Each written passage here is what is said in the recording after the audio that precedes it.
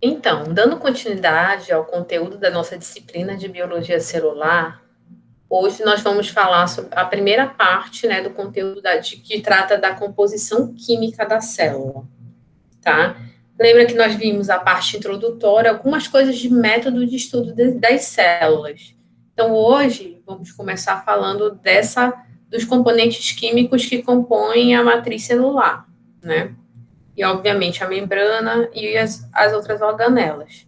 Então, como eu falei para vocês, a nossa disciplina ia abordar esse ponto, né? Como se relacionam os componentes morfológicos e estruturais da célula, sua composição química e a sua interrelação. Então, gente, a qualquer momento vocês sabem que vocês podem interromper, levantar a mão ou dar alguma contribuição ou tirar dúvidas, tá? Então, como vocês sabem, a gente já comentou, aqui a gente tem duas células eucariontes, né? A gente tem aqui a célula animal e aqui a célula vegetal, e essas células, elas possuem sua constituição uma grande quantidade de componentes químicos, tanto que a gente denomina de orgânicos quanto inorgânicos. Quem são os componentes inorgânicos da célula? Inorgânicos, a gente tem, fazendo parte desse grupo, a água e os sais minerais. Por outro lado, os orgânicos, dentre os principais grupos, a gente tem as proteínas, os lipídios, os carboidratos, os ácidos nucleicos, as vitaminas. Então, a gente tem essa série de compostos químicos no interior da célula. Tá? Bem, e a gente vai ver agora detalhadamente como são constituídos esses componentes e ver cada um desses componentes e a sua função, onde ele está e qual a sua função no interior da célula. Tá? De maneira geral, isso daqui é um gráfico, né? Como vocês podem ver, um gráfico demonstrando, em média, a composição química da célula dentro desses componentes que eu mostrei para vocês.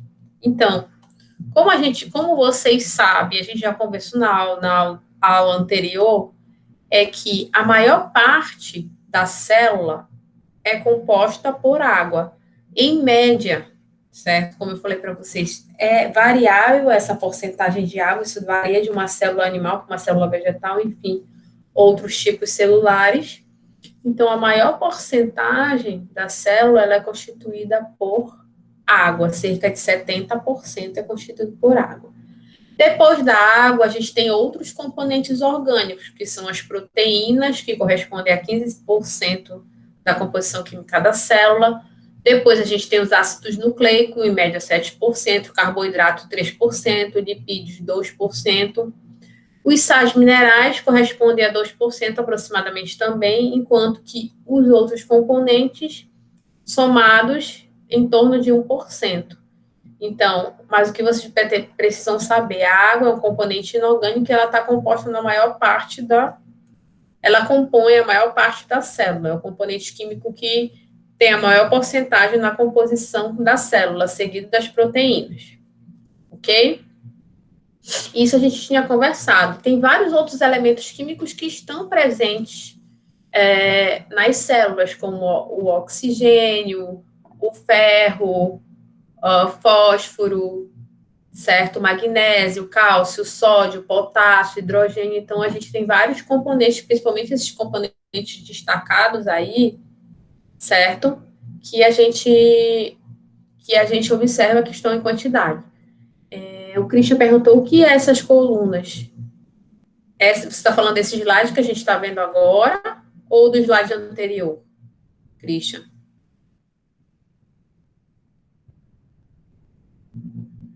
Christian? Anterior. Tá. Não, isso daqui, você está falando do texto, isso daqui, colunas, é só quando foi gerar o gráfico que esqueceu de tirar, que é coluna. Na verdade, é como se fosse a legenda do gráfico que foi deletada. Então, a gente considera esse texto aqui colunas, tá? Então, aqui a gente tem a tabela periódica que eu falei para vocês, e aí está representando a frequência de elementos químicos, né, que ocorrem na crosta terrestre, né, pela altura, né, no bloco, vocês estão vendo no bloco azul, quanto mais alto esses blocos azuis na tabela, maior a quantidade, certo? E, como eu falei, essas grandes quantidades que eu falei para vocês, em maior quantidade de elementos químicos são esses destacados: magnésio, cálcio, potássio, fósforo, hidrogênio, oxigênio, enfim, certo? Então, só para a gente ver que tem uma composição química mineral. Bem, os seres vivos apresentam cerca de os seus componentes químicos, a composição química dos seres vivos, 95% dessa composição química dos seres vivos está composta de 4 elementos, que eu falo que é o chão, né? Carbono, hidrogênio, oxigênio e nitrogênio. O chão. Então, esses elementos combinados compõem cerca de 95% dos seres vivos, ok? Então, aí eles formam carboidratos, formam outros tipos de componentes, tá? Formam os aminoácidos que vão formar proteínas, enfim. O que acontece é que esses elementos, esses elementos combinados, eles compõem 95% de todos os seres vivos. E ainda assim existem vários outros elementos que são biologicamente importantes para o metabolismo celular, como, por exemplo, o sódio, o potássio, que a gente vai ver mais à frente, a questão da bomba de sódio e potássio, o cálcio, o fósforo, o enxofre. Então, tem vários componentes que são biologicamente importantes para diversas atividades metabólicas da célula. Então, aqui, para a gente ter uma média, lembra que eu falei para vocês que, em média, as células são compostas por em 70% de água, mas aqui é para a gente ver mais ou menos a diferença entre uma célula animal e uma célula vegetal, certo? Quais são os constituintes? Por exemplo, como eu mostrei aquele gráfico para vocês, mas essa tabela mostra valores médios dentro dos grupos e como isso é um pouco diferenciado, né? Porque aquilo é a média de quando a gente considera todos os seres vivos. Mas aqui só para a gente dar uma diferenciada entre animais e plantas. Por exemplo, uma célula animal tem cerca de 62% de água, enquanto que as plantas 74%, a célula vegetal. Sais minerais, a célula animal apresenta maior quantidade de sais minerais, por exemplo, cerca de 4%, enquanto que a vegetal, 2,5%. Carboidratos, a célula animal, cerca de 6% de carboidratos, enquanto que as plantas, 18%. Por quê? Lembre, qual é aquele componente, aquele envelope que aparece externamente à membrana plasmática que é apresentada nas células vegetais? Me digam aí. Como é?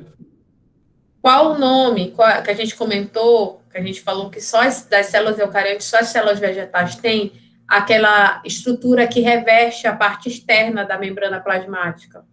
E a parede celular? Isso, muito bem, a parede celular. Então, a parede celular das plantas, ela é composta, vocês lembram por o que ela é composta?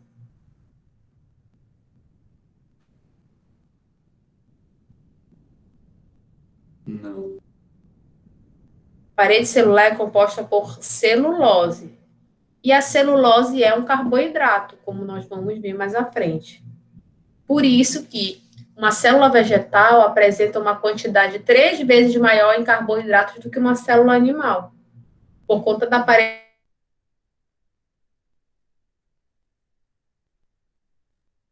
celular que é composta de celulose. Lipídios, né, com relação às gorduras, que são as gorduras. A célula animal apresenta cerca de 11% de lipídios, enquanto que uma célula vegetal, 0,5%.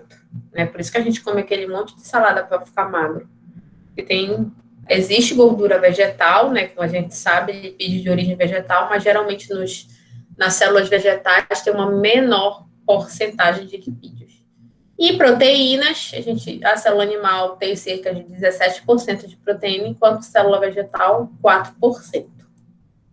Então, só para a gente ver que tem algumas diferenças entre as células. Por exemplo, quando você considera a quantidade de água em uma célula de um quinidário, de uma água viva, é muito maior do que 70%, 74%, 80%, enfim. Certo? Então, vamos começar falando das substâncias inorgânicas. As substâncias inorgânicas, lembra que a gente falou que é a água e os sais minerais. As substâncias inorgânicas, elas são formadas por moléculas bem mais simples, certo? Moléculas que têm poucos átomos, moléculas quimicamente mais simples. A estrutura da molécula, na verdade, mais simples, cadeias pequenas. Então, são moléculas bem menores, moléculas de baixa complexidade. No entanto, elas sendo de baixa complexidade, elas apresentam um rendimento energético também baixo, tá? Então, elas são moléculas, as substâncias inorgânicas são moléculas mais simples, certo? As moléculas menores. No entanto, o rendimento energético também é baixo para a célula. E são substâncias, as inorgânicas, elas são substâncias, são moléculas que podem ser encontradas também livremente no mundo mineral, no ambiente. Ok? Já as substâncias orgânicas, elas são moléculas muito mais complexas, as cadeias são maiores, então, diferentemente das inorgânicas, as orgânicas, elas são mais ricas em energia, certo? São moléculas mais complexas, consequentemente mais ricas em energia. E são moléculas que são resultantes de uma atividade metabólica da célula, ou seja, são produzidas na célula. Por exemplo, as proteínas, elas são sintetizadas nos ribossomos, então elas são moléculas mais complexas. E o elemento principal que compõe as substâncias orgânicas é o carbono. Vocês viram química orgânica, né? Vocês lembram da química orgânica lá no ensino médio? E você sabe que a química orgânica é chamada também de química do carbono, né? Porque é o principal elemento, é o elemento base para a constituição de todas as substâncias orgânicas, é o carbono.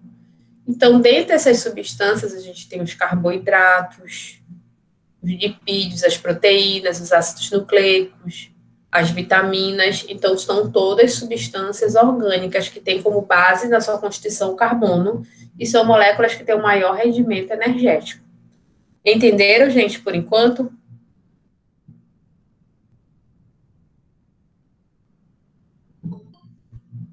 Entenderam? Tá, sim.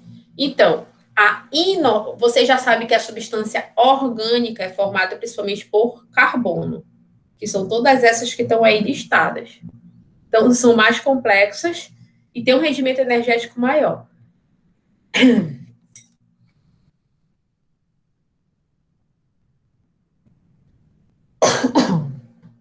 Já as inorgânicas são menos complexas e têm um rendimento energético menor. Vamos seguir, então. Bem, considerando aqui os componentes orgânicos, aqui, primeiramente, eu quero dar um conceito para vocês. Para a formação de substâncias orgânicas, geralmente a gente tem uma estrutura menor, estruturas menores, que a gente chama de monômeros. Esses monômeros, ao se unirem, formam os polímeros, como o nome já diz, poli, né? Vários monômeros formam polímeros, tá? Então, por exemplo, os monossacarídeos, como a gente vai ver mais na frente, são açúcares menores, são monômeros. E a união desses monossacarídeos formam polímeros que a gente chama de disacarídeos ou polissacarídeos. Da mesma forma, as bases nitrogenadas constituem os nucleotídeos, que são monômeros, né? Os nucleotídeos são monômeros, que vão dar origem aos polímeros, que são os ácidos nucleicos. Os aminoácidos são estruturas menores, né? Os monômeros, que vão dar origem às proteínas. E os ácidos graxos e álcools, que vão se unir e dar origem aos lipídios. Então, os monômeros são um tipo como se fossem subunidades ou estruturas menores que vão formar as estruturas maiores, que são os polímeros. Entenderam?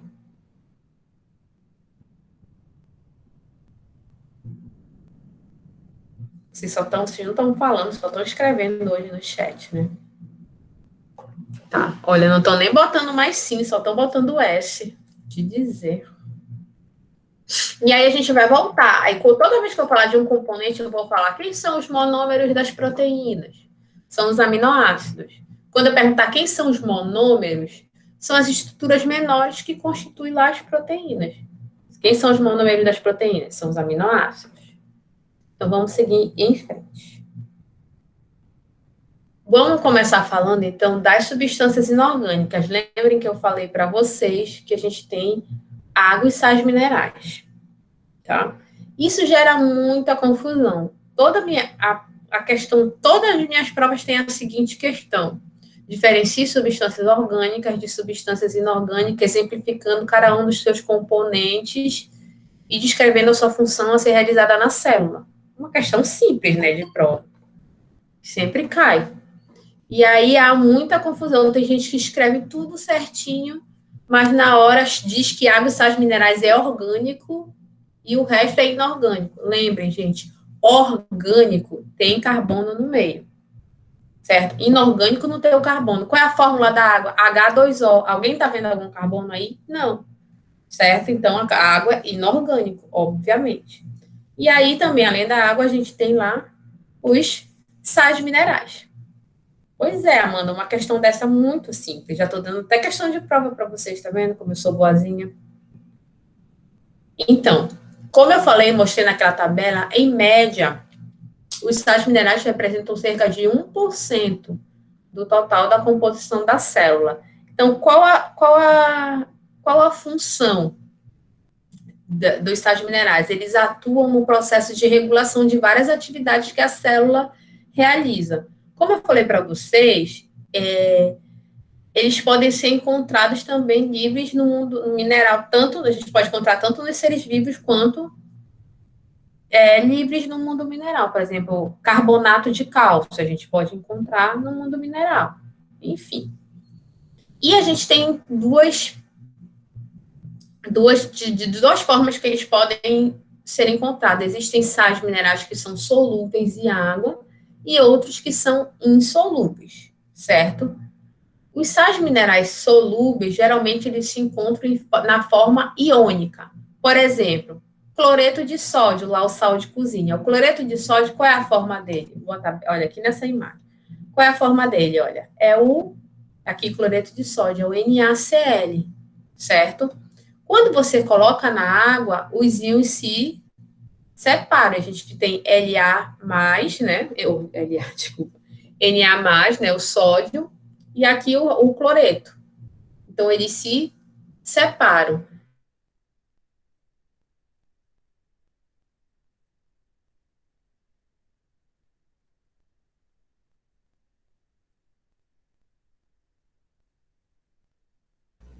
Travou. Então, na forma iônica. Oi? Meu Deus, travou. Travou. Quando Travou você falou, tudo. aí, quando os íons se separavam. Travou? Eu que travei, foi? Foi. Voltou ao normal agora? Sim, sim. Sim. Então tá, vou falar novamente. O cloreto de sódio, sal de cozinha, quando você deposita na água, vocês sabem que ele homogeneiza, ele é solúvel em água. A gente consegue dissolver o cloreto de sódio na água. Por quê? Porque ele vai e fica na forma iônica, tá? Ele fica na forma iônica, como vocês podem ver nessa imagem, separa o sódio, o íon sódio com o íon cloreto aqui, certo? Então, nessa forma, a gente consegue. Escrevam no chat, gente, vocês estão me ouvindo direito? Sim, sim, a gente está ouvindo. Tá. Qualquer coisa, se der algum problema, vocês falam aqui. Estou acompanhando. Então, cloreto de sódio é um tipo de sal mineral, do grupo do sal mineral, que é solúvel, ou seja, está na forma iônica, na forma de íons, a gente coloca na água, ele dissolve e os íons se separam, ok? E existe alguns sais minerais que são insolúveis em água, certo? Ou seja, ele é os sais que estão na forma imobilizada, a gente coloca na água, ele não vai se dissolver. Por exemplo, que os ossos. Imagina, alguém coloca um osso, que ele é composto majoritariamente por sais minerais, né? Cálcio e tudo. Se você coloca um osso na água, ele vai se dissolver? Não, porque está na forma imobilizada. Então, aqueles sais minerais que compõem o tecido ósseo, estrutura esquelética, na verdade, está na forma imobilizada, ou seja, na forma insolúvel. Você vai colocar na água, ele não vai se dissolver. E com isso, nós temos outras estruturas, por exemplo, carapaças de algas. Carapaças de algas são formadas por algas, corais, outros invertebrados, aquelas conchas de praia, enfim. Todas aquelas estruturas, elas são formadas por sais minerais, no entanto, estão na forma imobilizada, ou seja, estão insolúveis em água. Entenderam? E aqui, nesse exemplo, nós temos aqui outros, por exemplo, os cascos de alguns ungulados, de alguns animais, os cascos, os ossos, os chifres, conchas, carapaças de insetos, como eu falei, de algas, de outros crustáceos, são constituídos por sais minerais na forma imobilizada, tá? Os chifres, agora vocês sabem que tem uma diferença. Vocês sabem a diferença entre... Vocês acham, na verdade, que chifre é mesmo que corno? Cornos é a mesma coisa que chifres? Alguém aí entende de chifres? Ou cornos? Vocês acham que é a mesma coisa? Não sei, Amanda disse. Oi? nem sabia que tinha diferença. Olha, a Amanda disse que ela não entende, ainda bem. Eu também não entendo. Ainda bem. Mas agora, gente, é muito importante. Vamos entender de chifres, porque isso é importante. Olha só. Existe uma diferença entre chifres e cornos. Por exemplo, os bovinos, eles não têm... A gente fala procurando chifre em cabeça de boi, né? A gente fala, o chifre, popularmente chama de chifre, né? Bovino tem chifre. Mas, na verdade, a denominação correta são cornos. E qual a diferença de cornos e de chifres?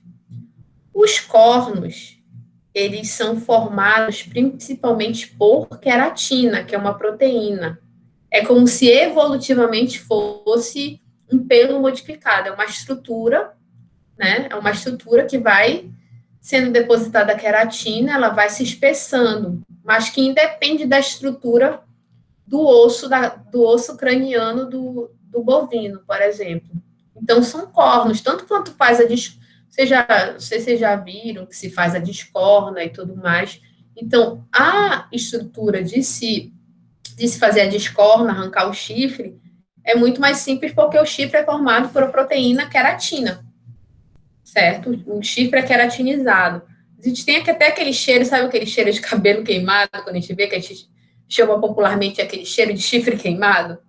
Então, essa composição dos cornos, certo? Que é do bovino, por exemplo, dos cornos, aquela composição é uma composição de proteína, certo? Agora, os chifres verdadeiros, ou os chifres propriamente ditos, que a gente conta, por exemplo, em cervídeos, nas renas, aquilo são chifres. Esses chifres, eles têm origem óssea, eles são formados, sim, por sais minerais. Então, a gente tem tecido ósseo, os chifres, eles emergem do crânio, certo? E depois eles são recobertos, lembra das renas? Eles são recobertos por uma camada de veludo que é vascularizada. Inclusive, tem um certo período do ano que diminui a vascularização e há a troca dos chifres. Então, a composição do chifre e dos cornos é diferente. Os cornos é composto por queratina, certo? E os chifres são compostos por sais minerais, sabe? Por tecido ósseo. Então, é melhor, se for ter, é melhor que tenha cornos do que chifres, porque os cornos é mais fácil até esse processo lá. Então, não tem essa diferença, certo, gente? Entre a composição. Quem é composto por sais minerais primariamente, são os chifres. Boi não tem chifres, boi tem cornos. Entendi. Vocês Chamava os entenderam? amigos disso. Sim, eu chamava os amigos disso, eu nem sabia.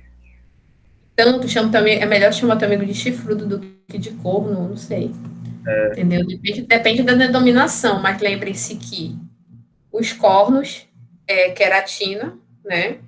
E independe da questão craniana, ele independe, por isso que geralmente, quando se tem vários machos bovinos, né, faz a descorna para não haver briga, eles não se machucarem, os animais, faz a descorna, né? E os chifres, geralmente, nos cervídeos, nos veados, nas renas, certo? Que é uma projeção óssea. O chifre é uma projeção óssea, portanto, é composto por sais minerais. Que tipo de sais minerais? Sais minerais na forma iônica ou na forma imobilizada? Imobilizada. Imobilizada. Ninguém coloca o chifre na água e ele derrete, né? Dissolve. Então, só vocês pensarem quando vocês falam na forma iônica ou na imobilizada. A forma imobilizada é uma forma de sal mineral, que o sal mineral é insolúvel em água. Como eu falei, ossos, conchas. Então, tudo isso é composto por sal mineral, só que na forma imobilizada. Cloreto de sódio é um tipo de sal mineral na forma iônica, ou seja, solúvel em água. Vocês entenderam, gente?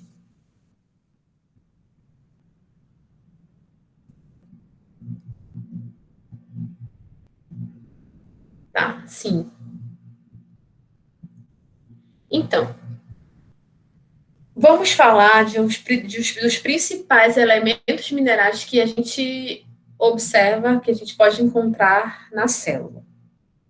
Ok? E as suas funções. Lembrem que eu falei que os sais minerais, eles funcionam como reguladores de processos metabólicos celulares. Então, eles auxiliam em vários processos. É importante eu falar aqui, porque quando a gente for mais, é importante, eu coloco essa aula, é importante essa aula de química celular estar para frente, porque quando a gente falar de cada organela, a gente vai falar de compostos orgânicos e inorgânicos, e eu vou voltar para cá e falar das funções. Por exemplo, o fósforo. O fósforo é muito importante na questão do fornecimento de energia para a célula, para que ela possa realizar todas as funções que precisam de energia, que necessitam todas as funções. Quando a célula produz uma substância, quando a célula se move, se movimenta, tudo isso ela está gastando energia, certo? E a fonte principal de energética para a célula é energia sob forma de ATP. Vocês lembram da ATP? Todo mundo já ouviu falar da ATP, né? Então, o ATP, ele é a adenosina tri... Oi? Oi, eu ouvi vozes. Eu Então, disse que não. Pode explicar o que é o ATP? o ATP é a principal fonte energética da célula, uma adenosina trifosfato, ou seja, tem uma adenosina com 3 radicais fosfato. Toda vez quando quebra um radical desse fosfato, há uma liberação energética. Então, por hora, a gente vai ver mais à frente isso, mas por hora, lembrem que a principal fonte energética da célula é a ATP, a forma de energia sobre ATP, adenosina trifosfato. Ok? ATP. Além disso, o fósforo é responsável, é importante para a constituição dos ácidos nucleicos, o DNA e o RNA, que a gente vai falar mais na frente. Por isso que é importante aqui também, a gente vai falar, quando a gente falar de compostos orgânicos, a gente vai falar de DNA e de RNA. Então, esses ácidos nucleicos, eles apresentam na sua composição um radical fosfato. Então, mais aí é importante do fósforo, ou seja, o fósforo, olha, fundamental, porque se não tivesse fósforo, não teria o ATP, não teria a molécula produtora de energia. Se não tivesse fósforo, não teria o ácido nucleico, nem tinha o DNA e o RNA, certo? Então, a importância do elemento mineral fósforo. Potássio. O potássio, ele é muito importante. Vocês lembram da bomba de sódio de potássio? A gente vai falar muito dessa bomba lá quando vai falar de transporte. Então, a bomba de sódio de potássio, ela é muito importante para a produção do impulso nervoso, certo? A partir da contração muscular. as sinapses, as comunicações entre os neurônios, e para manter a estabilidade das membranas das células, de maneira geral, que a gente vai falar. Então, a bomba de sódio e potássio, ou seja, tanto o sódio e potássio tem essa importância. E também o potássio auxilia no processo de excreção, a nível dos glomérulos renais, certo? Então, essa concentração do íon potássio ajuda nesse processo de filtração, de transporte, desse equilíbrio de líquidos e componentes via renal. Então, auxilia no processo de excreção. Tá? Qualquer dúvida, podem perguntar. Se algum exemplo, se tem relação, podem perguntar. Que eu vou seguindo. O magnésio, que é um outro elemento mineral, ele é muito importante porque ele funciona como um cofator de várias enzimas. O que seria um cofator? É como se fosse um elemento ativador que potencializa a ação de alguma enzima, certo? Então, ele atua como cofator e participa da ativação de algumas enzimas. Principalmente algumas enzimas que atuam, que a gente vai ver lá quando a gente falar em respiração celular, enfim, produção energética, que atuam na via glicolítica, ou seja, na quebra. A gente sabe que a principal fonte energética da célula orgânica é a glicose, são os açúcares. Então, a glicólise é a quebra dos açúcares para a liberação de energia sob forma de ATP. Então, o magnésio, ele participa na ativação dessas enzimas que auxiliam o processo de glicólise. Além disso, o magnésio também estimula a síntese de alguns, que a gente diz, algumas gorduras, alguns ácidos graxos essenciais, e também o magnésio funciona como estimulante da bomba de sódio e potássio. Então, tem várias funções, como vocês podem ver. O cálcio, ele é um fator de crescimento da célula. O íon cálcio, o cálcio, ele estimula o crescimento, né, tanto o desenvolvimento a partir da membrana plasmática, se for o caso, célula vegetal, da parede celular. Então, ele é considerado um fator de crescimento. O ferro, ele é importante para a síntese de alguns pigmentos celulares. Por exemplo, a hemoglobina. Lembra a hemoglobina, que dá o pigmento avermelhado ao sangue? Vocês sabem que o sangue, né, é o principal constituinte, né, enfim, esses pigmentos têm uma composição de ferro, né? Por isso que o cheiro do sangue, ou o gosto do sangue, ele tem aquele cheiro ou aquele sabor de ferro, de ferrugem, enfim.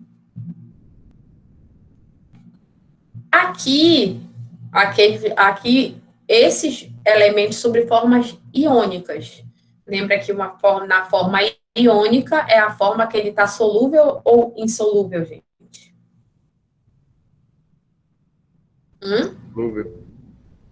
Solúvel. Então, nessa forma iônica, são esses sais minerais na forma solúvel. Então, os íons cálcio, eles podem participar do processo de coagulação sanguínea, certo? O cálcio, ele é um dos elementos da cascata, que a gente diz, da cascata de coagulação sanguínea. O cálcio, ele auxilia também no processo de contração muscular, certo? Quando vai haver o processo de contração muscular, a interação entre uns filamentos proteicos, que a gente diz que é a actina e miosina, tem que estar o cálcio lá para que esse processo ocorra. O íon magnésio, ele participa da constituição também da clorofila. Aqui o íon fosfato, que a gente tinha falado, componente do ATP, da adenosina trifosfato. O fluoreto, a participação, ele se deposita lá, o íon, para a formação das cárias. O íon zinco também participa como cofator, como formador de algumas enzimas. O íon iodeto participa da formação dos hormônios da tireoide, certo? T3, T4, hormônio da tireoide. O íon ferro, como eu falei, da hemoglobina. O íon sódio, o estimulante nervoso, né, para o processo de sinapse, de ligação entre sinapses entre neurônios, né? e entre neurônios e músculo, e células musculares, e o potássio no processo de contração muscular, estímulos nervosos, como eu falei, naquele equilíbrio hídrico, que eu falei lá na parte do processo de excreção. Tudo bem, gente, com relação aos sais minerais?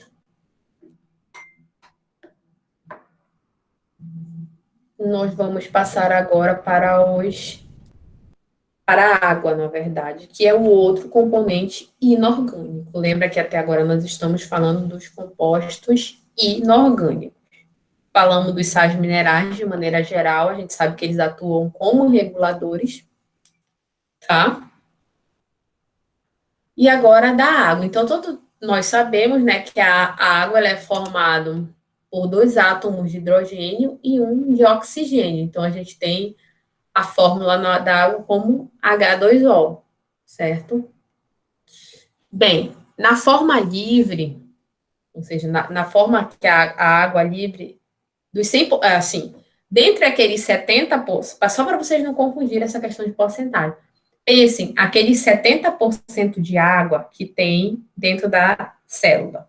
Desses 70%, que é o valor global, 95% desses 70% é a parte da água que se encontra livre, que ela é utilizada principalmente.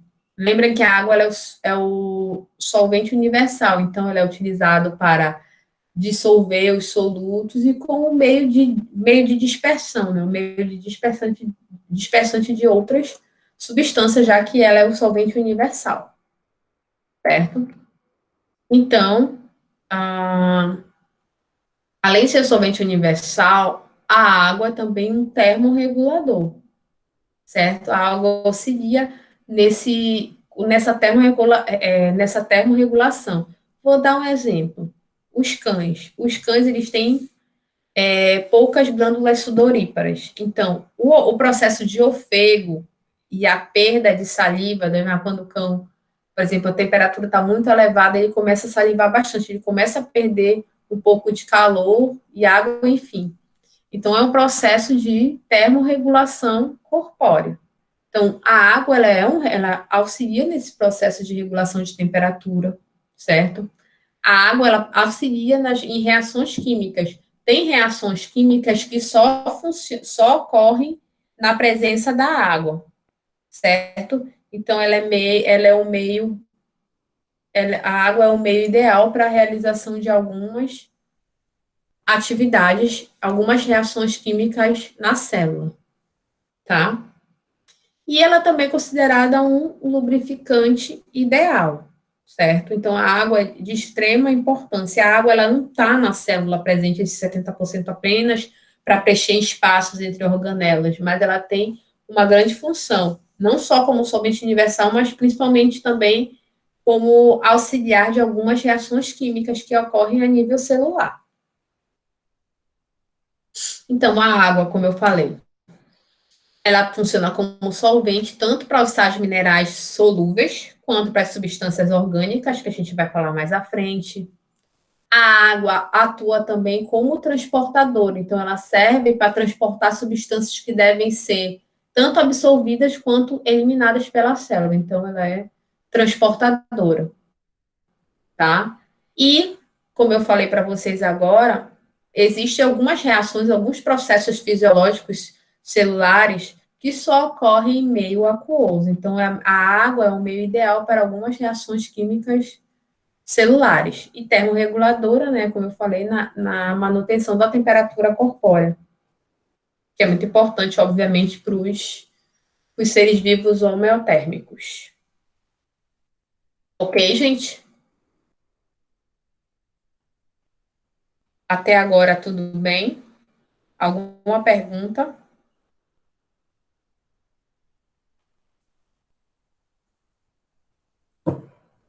Então, vamos seguir. Falando em água, né? Deixa eu pegar aqui o meu solvente universal. Então, falamos dos componentes inorgânicos e agora vamos começar a falar dos componentes orgânicos. tá? Dentre os componentes orgânicos, a gente vai começar falando sobre os carboidratos. Os carboidratos têm vários outros tipos de denominações. A gente chama os carboidratos, de maneira geral, pode ser chamado de açúcares, glicídios, glucídios, glicídios, sacarídeos.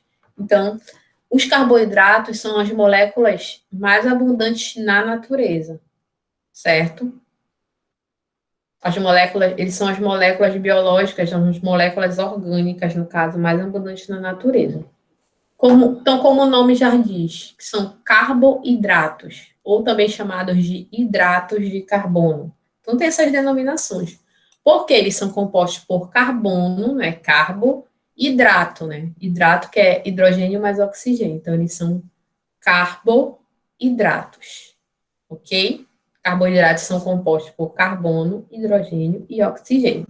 Os carboidratos, eles representam a principal fonte energética da célula, ou seja, é a molécula orgânica que, quando quebrada, libera energia. Lembra que a energia da célula, ela é liberada sob forma de ATP, tá?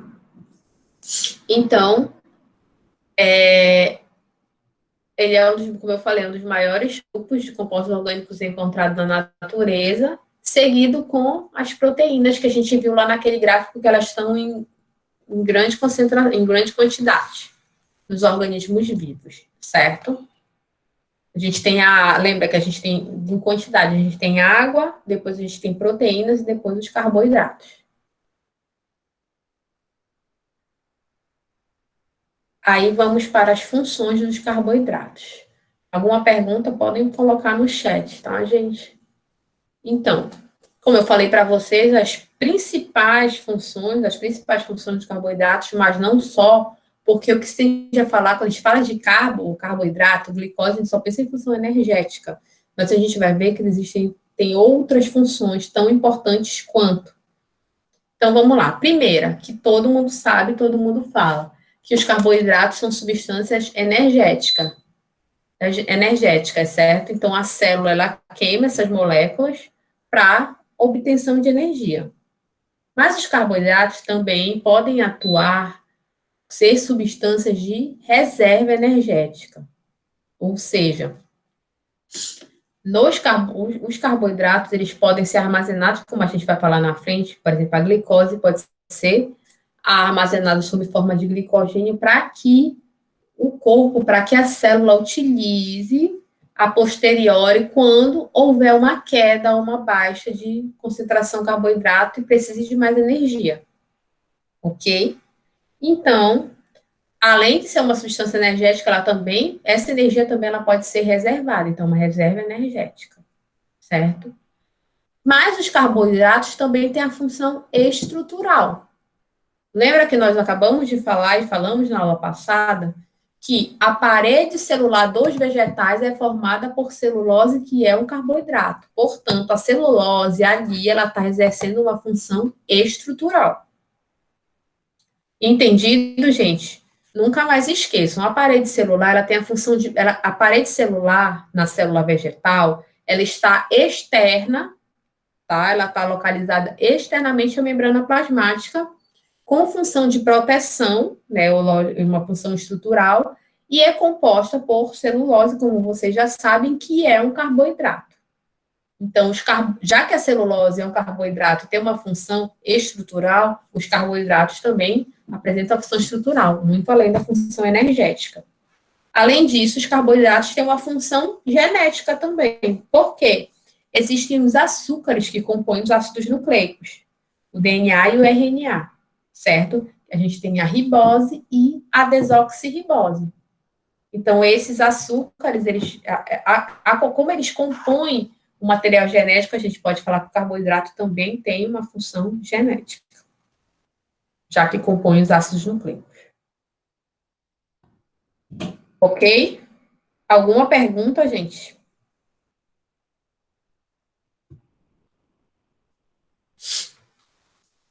Tá, ok. Qualquer coisa, faz um S para mim aí. Um S de si, né, que vocês falem. Professora, ribose, o que? Ácido ribose, você falou? Função genética?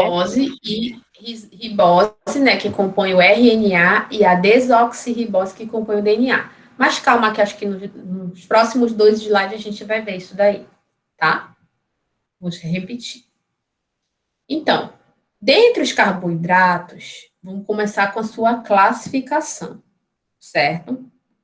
Então, os carboidratos, como eu falei para vocês, eles são formados, tem essa fórmula geral, né, que é o carbono, pode ter esse número de carbonos, ele pode ser variável. Carboidrato, então carbono, hidrogênio e oxigênio. Sendo que esse número de carbonos, que é o N aqui, ele pode ser variável. Então, os monossacarídeos, que são os monômeros, lembra que eu falei que é a menor unidade, são os monômeros? Os monossacarídeos, eles são moléculas que contêm de 3 a 6 átomos de carbono. Então, de 3 a 6 carbonos. Então, eles são monossacarídeos, são moléculas menores, por isso são monômeros, que podem ter de 3 a 6 moléculas de carbono. Exemplos: glicose, frutose, galactose. Então, esses daí são monossacarídeos, ou seja, são carboidratos mais simples. Ok? Então, os monossacarídeos, eles são os carboidratos mais simples, que eles podem se unir para formar os carboidratos mais complexos, certo? Que são os disacarídeos, polissacarídeos, enfim. Os mais simples são esses, os monossacarídeos. Os monossacarídeos têm de 3 a 6 átomos de carbono. A gente tem exemplos: glicose, frutose e galactose. Ok. Certo, gente? Muito importante. Se vocês não entenderem, falem dessa questão da quantidade, porque eu preciso que vocês entendam isso para depois a gente vai falar sobre os polissacarídeos. Então, a gente precisa saber dessa unidade menor. Ok?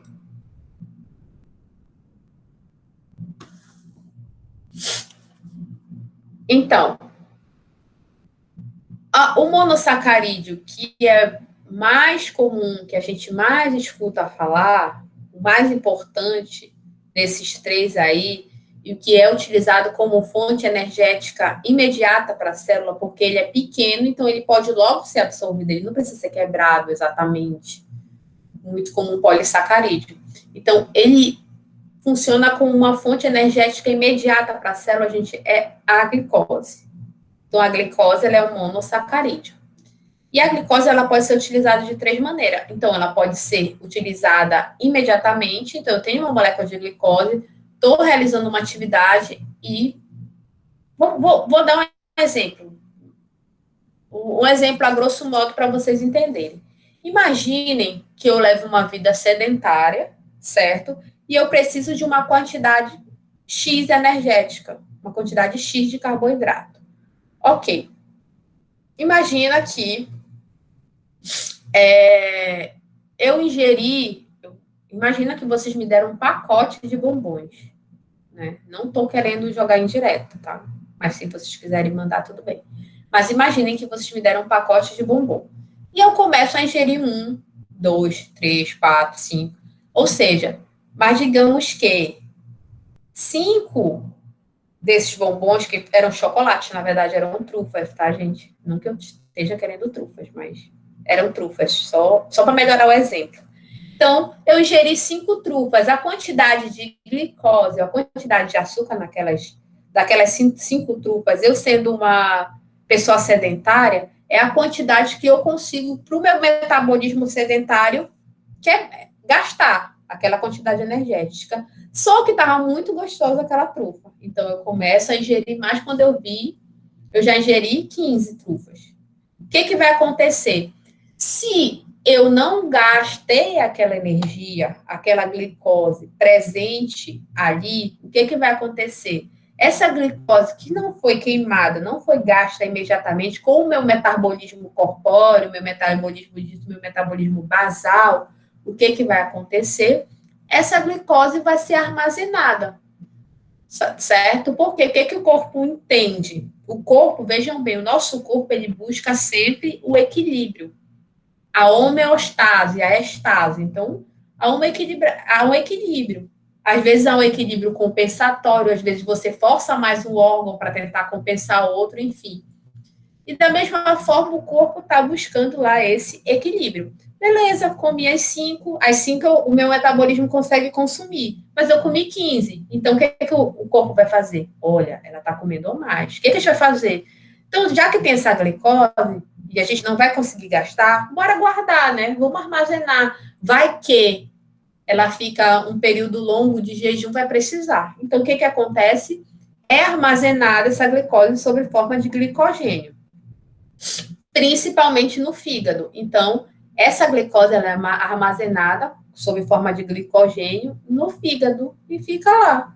Para quando eu tiver um processo de jejum, para, por exemplo, se eu for lá no No Limite, se eu for participar do No Limite, passar 2 dias sem comer, aquela glicose que está sob forma de glicogênio, ela é quebrada e libera energia para as minhas funções basais, minhas funções vitais, certo? Então, essa glicose pode ser consumida no momento, se tiver a mais, ela vai ser armazenada, beleza. Só que depois das 15, eu queria mais, e eu comi 30 trufas, né? Até porque o pacote de trufas vinham 100 trufas, tá? Só para dar uma dica. Quer dizer, para dar um exemplo. Então, eu comi 30 trufas, beleza. Não deu para gastar tudo, já armazenei sob forma de glicogênio. Beleza, mas a minha reserva de glicogênio já está também completa. E o que é que o corpo faz? Ele armazena sobre outra forma, sob forma de gordura. Ou seja, os carboidratos, eles podem também ser armazenados sob forma de gordura. Então, é aquele indivíduo que, como tem aquele... Hoje em dia fala-se muito dieta low carb, não sei o quê, diminui o carboidrato. A gente precisa de todos os... É por isso que tem gente que tem gordura no fígado? Também está relacionado ao metabolismo, tanto a ingestão de gordura quanto com a ingestão de carboidrato, certo? Justamente isso, entendeu? O que acontece? Por isso que todo mundo, gente, não sei o quê, mas, a gente tem muita gordura corpórea, mas eu nem como gordura, como é que essa gordura se armazena? E por que então a gente não faz uma dieta, não tem sentido? Por que a gente não faz dieta de baixa gordura, não faz dieta low carb? Por quê? Os carboidratos, eles podem ser armazenados sob forma de gordura. Entenderam? Então, por isso que quando você vai comer muito doce, enfim, muitas farinhas refinadas, enfim, muitos elementos que são ricos em carboidratos, esse carboidrato ele pode ser convertido e armazenado sob forma de gordura. Por isso que hoje tem muito dessas dietas, né? Dessa questão low carb. Então, a glicose, ela pode ser consumida imediatamente, pode ser armazenada sob forma de glicogênio para depois ser quebrada e liberada no momento que seja necessário, que o teu corpo precise, certo? E, como eu falei, sob forma de gordura. Porque o que acontece? Olha, se eu for, vamos falar agora, que a gente tem que falar de atualidade, né? Se a gente for lá no No Limite, o que acontece? Se eu ficar sem comer lá, tá? No Limite, se eu ficar sem comer, o que vai acontecer?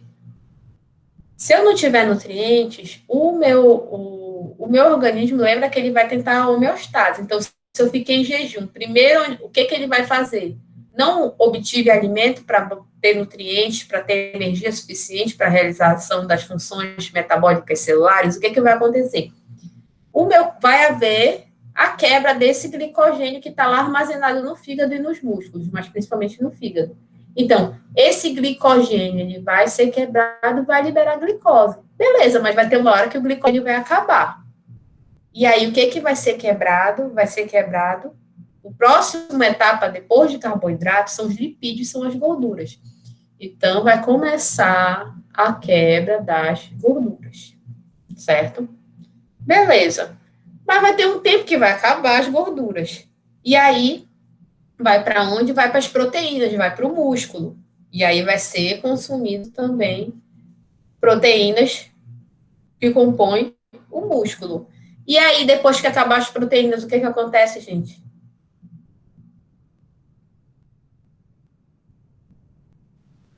Tá eliminado. Aí o indivíduo morre, né, mano? Acabou, ele vai e aí vai ser consumido todo o resto embaixo da terra, porque já era. E aí... Eu ia perguntar justamente sobre isso. Tipo, depois acaba, né? O que acontece com o indivíduo? Aí falta combustível, falta energia para atividades metabólicas. O que acontece? Não chegando nutrientes nas células, essas células elas começam a morrer. Entendeu? As células, depois, em certos momentos, as células podem chegar em alguns casos, a consumir seus próprios componentes. E aí, com o tempo, né, nessa falta de nutrientes, essas células vão morrendo, vão autorizando, e aí o indivíduo morre, certo? Mas tem essa ordem metabólica, por quê? Porque, olha, o carboidrato é uma molécula mais fácil de quebrar. Isso a gente vai ver, quando a gente for ver, depois de carboidrato, a gente vai ver lipídio, o que a gente vai ver? Que os lipídios são moléculas mais complexas, são as moléculas mais difíceis de quebrar. Os carboidratos são mais fáceis. Os lipídios sendo mais difíceis de quebrar, mas, no entanto, a energia gerada pelos lipídios, ela é uma energia mais duradoura do que dos carboidratos, certo? Mas consome a glicose, depois glicogênio, e depois vai consumir a gordura. Entenderam, gente? Sim. Minha dúvida justamente era sobre isso. Depois que a gordura acaba, o que acontece? Gordura, Aí a senhora respondeu. pois é, depois da gordura são as proteínas, né? E aí, por isso que quando o indivíduo emagrece, às vezes, né, perde massa muscular e tudo mais. Mas é tudo.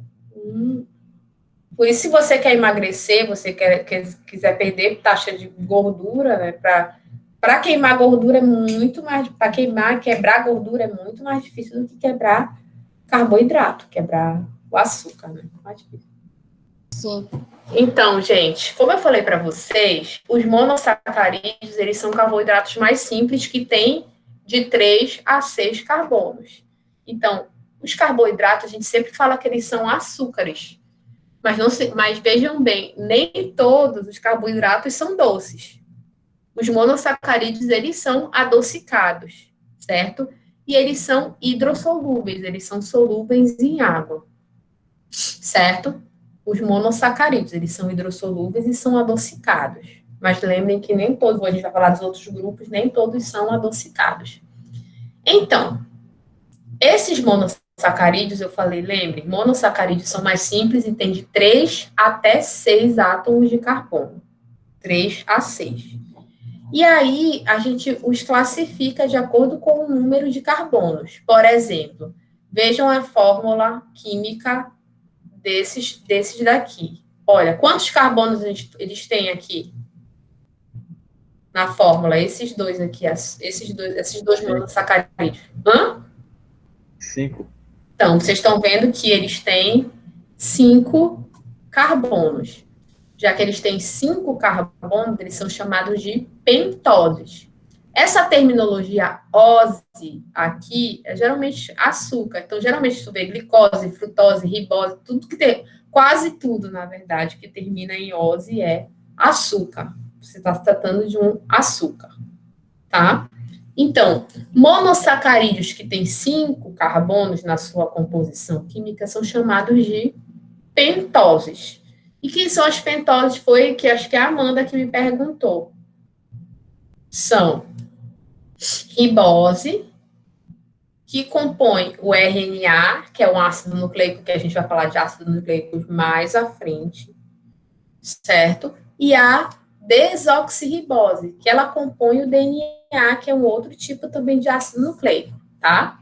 Então, vejam bem, quando eu falar, eu vou perguntar para vocês, quando eu falar na próxima aula de ácidos nucleicos, eu vou dizer que é formado por uma pentose. Eu vou perguntar o que é uma pentose. Pentose é um monossacarídeo que tem 5 carbonos. Pentose, certo? RNA é ribose, né, que é ácido desoxirribonucleico, e o DNA é desoxirribose. Então, por isso que são pentoses. Então, eles são... Pentose, você pode repetir? Que eu vou anotar aqui. Posso sim. Então, o que acontece? Quando eu estiver mais na frente, quando eu for falar de ácidos nucleicos, eu vou falar que os ácidos nucleicos são formados por uma pentose, eu vou falar que eles são formados por uma pentose, uma base hidrogenada e um radical fosfato. Quando eu falar que ele é formado por uma pentose, eu vou perguntar para vocês o que é uma pentose. E uma pentose, o que é? Olha a terminologia ose. Ose é um açúcar. É um monossacarídeo, né? É um açúcar, ose. É uma pentose. Se é penta, né? É 5. Então, uma pentose é um monossacarídeo que contém em sua estrutura, em sua fórmula química, 5 carbonos, certo? Por que é um monossacarídeo? É mono? Porque lembra que os monossacarídeos são carboidratos de 3 a 6 átomos de carbono. Ora, se tem 5, então é um monossacarídeo. Então, uma pentose é um monossacarídeo que apresenta 5 carboidratos. Exemplos, nós temos os componentes do RNA, ribose, e a desoxirribose do DNA. Quando eu for falar em ácidos nucleicos e falar de RNA e DNA, lembrem disso, do que a gente está falando. Ok? Ok. E aí, nós temos esses outros monossacarídeos que tem quantos carbonos aqui? 6. 6. 6 carbonos. Se tem 6 carbonos, então eles são hexoses, certo? Então, essas hexoses, que são, olha, a glicose, a frutose, a galactose, essas hexoses, elas têm a função energética. Essas pentoses têm a função genética que compõe o DNA e o RNA. E essas hexoses aqui têm uma função de produção de energia para o metabolismo da célula. Certo, gente?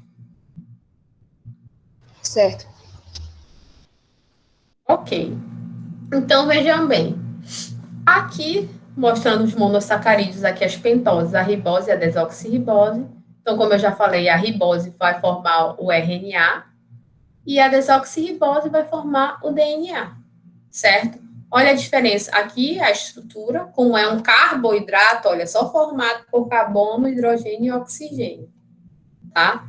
Então, a ribose e a desoxirribose. A diferença da ribose e da desoxirribose, como vocês podem ver, a ribose tem 5 átomos de oxigênio e a desoxirribose tem 4. Que a gente pode ver aqui, olha. Aqui tem o oxigênio, tem o radical hidroxila, e aqui só tem o hidrogênio na desoxirribose, e é basicamente essa diferença. Mas, vejam bem que tem 5 carbonos, são pentoses. Aquilo era E um aldeído? aqui... Oi? Era um aldeído? Ali em cima? É o radical aldeído, lembra? Ah, tá. Olha aí, a química orgânica lembrou. Então, aqui nas hexoses, a gente tem essas hexoses, que também são monossacarídeos, elas têm essa função energética. Então, a glicose é o principal fornecedor de energia para a célula. Então, a glicose, ela é a base, né, para os outros. A glicose, ela é a molécula base, é o monossacarídeo base, para a formação de outros carboidratos mais complexos. Lembra que a glicose é o principal monossacarídeo. A glicose, ela pode, dentre outros locais, ela pode ser encontrada no sangue, no mel, nos tecidos vegetais. A frutose a gente pode encontrar nos frutos, né, nos frutos doces, e também no esperma humano tem uma quantidade de frutose. A galactose, ela pode ser encontrada no leite, né, formando a lactose, que nós vamos já ver aqui, aqui nos disacarídeos. Lembrem, nós falamos do monossacarídeo. Os monossacarídeos, o que são? São carboidratos que têm de 3 até 6 átomos de carbono na sua formulação. E aí, o que eu faço? Eu pego esses monossacarídeos e pego um monossacarídeo X e um monossacarídeo Y e coloco quem? Um disacarídeo. Então, um disacarídeo é a união de 2 monossacarídeos. Entenderam? Por exemplo, quem é o monossacarídeo que é base, que a gente falou? É a glicose, olha. Então, aqui eu tenho uma molécula de... Olha, tem até um pincel aqui, bora arriscar. Aqui, olha, tem uma molécula de glicose, certo? Aqui eu tenho uma molécula de glicose. E aqui eu tenho uma molécula de glicose. Porque a glicose, ela é aquele monossacarídeo básico que está presente. Então, eu tenho um monossacarídeo aqui, certo? Então, eu tenho um monossacarídeo aqui. Se eu pego uma glicose, que é o monossacarídeo, e junto aqui, olha, com outra glicose, que é um monossacarídeo, a união de dois monossacarídeos forma um disacarídeo. Nesse caso aqui, a união de uma glicose com outra glicose forma aqui a maltose. Estou riscando tudo aqui. Forma a maltose. Aqui, se eu pegar a glicose, que é um monossacarídeo, e juntar outro monossacarídeo aqui, que é a frutose, eu vou ter o disacarídeo aqui, sacarose. Se eu pegar aqui, olha, esse monossacarídeo, que é a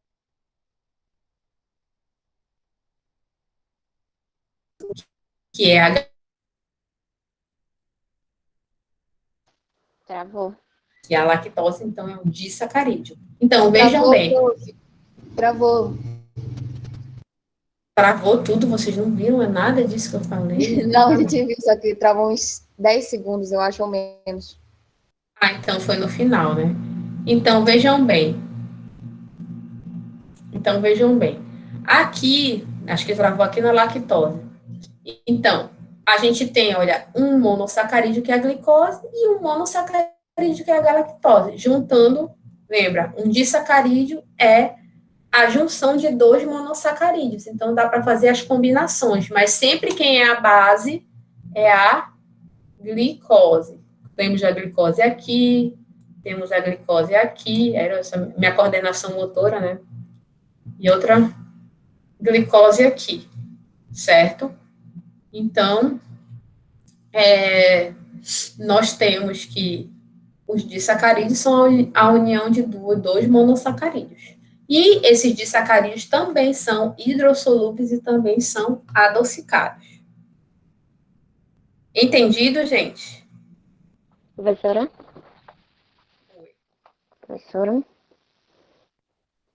O que diferencia esses três, essa sacarose, lactose, maltose?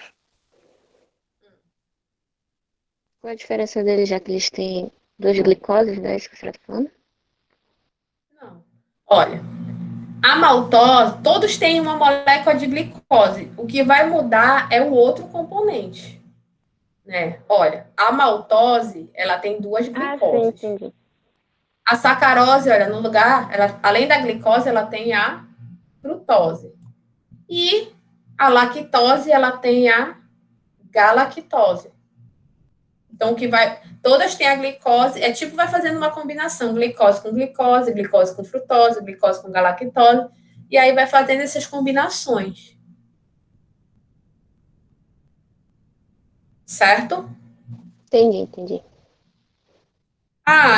Tem gente que tem intolerância à lactose, mas ingere lactose. Tem gente que toma aquela... Algum de vocês tem intolerância à lactose? Eu não, particularmente. Não? Que bom que esse negócio de intolerância à lactose é coisa de gente chique. Ainda bem que eu não tenho, Deus me livre. Então, gente, por exemplo, se eu tiver intolerância à lactose, mas eu quiser consumir um produto lácteo, tem gente que tem alguns medicamentos, na verdade, alguns compostos que você ingere que tem a lactase. Então, o que acontece? Esse é lac não sei o quê, enfim, tem alguns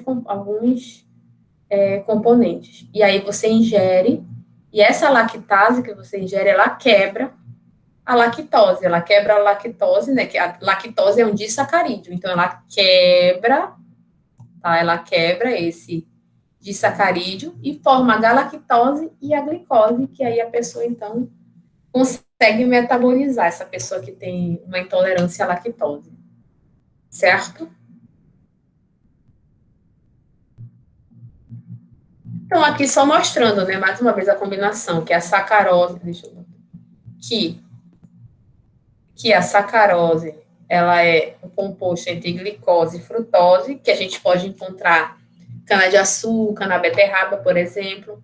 A lactose, ela é a combinação entre o monossacarídeo glicose com a galactose, que você pode encontrar no leite. e a maltose de glicose com glicose, que você pode encontrar em alguns vegetais e também no tubo digestivo de alguns animais, como ruminantes, tá?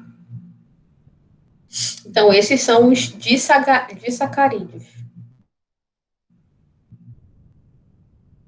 Mas a gente tem também os polissacarídeos. Como o nome já diz, né, polissacarídeos. Os polissacarídeos, eles são moléculas já maiores. Eles são polímeros. Lembra que a gente falou? Tem os monômeros, que são as estruturas menores, e esses monômeros juntos formam os polímeros, ou macromoléculas, que são moléculas que precisam ser quebradas bem em partes menores para serem utilizadas pela célula. São moléculas maiores, os polissacarídeos, tá? Então, exemplos de polissacarídeos. Assim, os polissacarídeos são açúcares, mas eles não têm sabor, são açúcares, né? Tem aquela denominação que os carboidratos têm, que são açúcares, só que os polissacarídeos, eles são insolúveis e eles não são adocicados, certo? Exemplo, nós temos o amido e o glicogênio. Lembra do glicogênio que eu disse para vocês que ficava armazenado no fígado? O glicogênio é assim, olha, cada um hexágono desse aqui, certo? Por que o hexágono? Lembra que cada cantinho tem um carbono. Então, aqui tem 6 carbonos. Lembra que a glicose é uma hexose. Então, cada hexágono desse aqui é uma molécula de glicose. Então, veja que as glicoses, elas estão unidas, formando cadeias grandes. Então, assim que a glicose ela é armazenada no fígado. Então, a glicose é armazenada no fígado, tem várias moléculas, e ela fica aqui no fígado como um polissacarídeo, o glicogênio. Então, o glicogênio é um polissacarídeo, fica lá no fígado, a gente tem várias cadeias, e, quando necessário, eles são quebrados e liberam a glicose para ser utilizado no metabolismo celular. Então, a fonte de armazenamento de energia, né, nos humanos é o glicogênio. Já nos vegetais, né, aqui a gente tem um exemplo da raiz da mandioca, né, a gente tem da mandioca, da macaxeira. A gente, da mandioca, da macaxeira, né, a gente tem, que é o amido. Então, a substância de reserva energética para os vegetais é o amido e a substância de reserva energética para os animais é o glicogênio.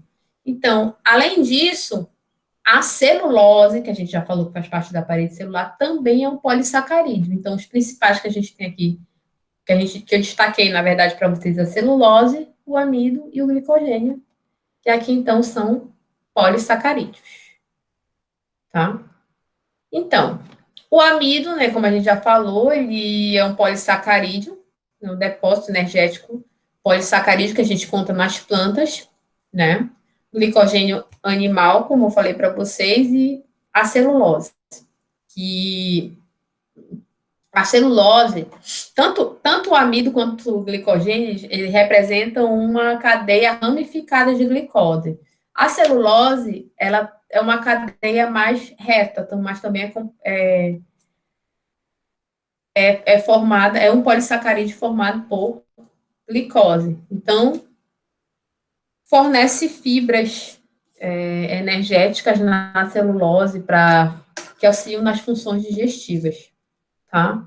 Além disso, a gente tem a quitina também. A quitina polissacarídea, ela é importante componente na parede, na verdade, no exoesqueleto, né, dos insetos, dos crustáceos, que a gente pode destacar também como polissacarídeo. Alguma pergunta, gente?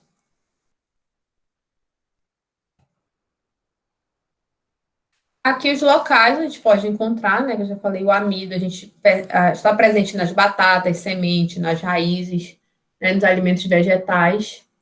Celulose, a gente já sabe, a celulose é o carboidrato mais abundante na natureza, né, justamente porque a parede celular das plantas é constituída predominantemente pela celulose.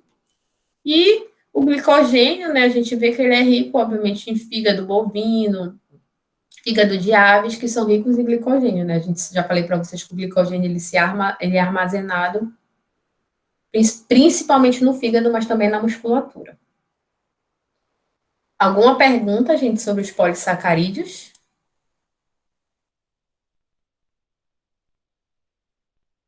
Nenhuma? Ok, então. Então, gente, hoje a gente vai encerrar a aula com os polissacarídeos, que eu sei que é muita informação, a composição química da célula.